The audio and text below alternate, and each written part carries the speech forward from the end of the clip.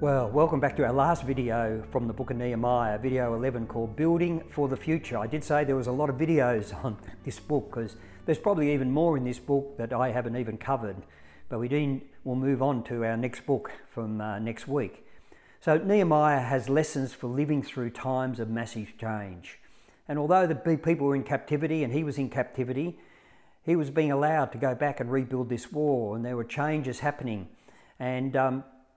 And we need to be leaders of that change in our communities. For churches to reach communities, we need to be leaders in thinking differently, new strategies. You can't just sit there thinking the same things the same way, and businesses have the same thing. They need to rethink their products. The market has changed, financial crisis and pandemics and everything. It's changed the way people think and do things, and we've got to start thinking.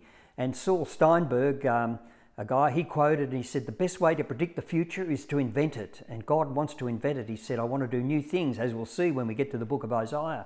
He wants to do things we've never even thought we could do. So don't let others do it. Don't let others take us on directions or journeys that aren't the right way. You see, you say, who is Nehemiah? Well, he was someone important. No, all he was the cupbearer for the king. He was not a king. He was not a priest, a pastor, a prophet at that time. Yet through all this, he was able to instigate and supervise the rebuilding of Jerusalem, a major project in the nation, and getting approval from a king who probably wasn't in favour of it, but was so supportive of him because he built a relationship between each other. He activated workers. He overcame hostility, threats, and set the vision to rebuild the wall. Doesn't that sound like a business every day? Doesn't that sound like family? Doesn't that sound like a church or a ministry? All these things. So we don't have to be priests and pastors and prophets and kings. God has called us to be who he's called us to be. So what is God saying to you from this? Well, it starts with one, prayer and fasting. What in chapter 1, verse 4, that's what Nehemiah did. He got serious. So are we serious with what God wants to do? Number 2, God can use anybody to do his purposes. We don't have to have the greatest education of all time. In fact, sometimes the education can get in the way. Number 3, vision is everything. Nehemiah chapter 2, verse 17. Number 4, all hands are needed to do the work. You cannot do this on your own if you want to build something.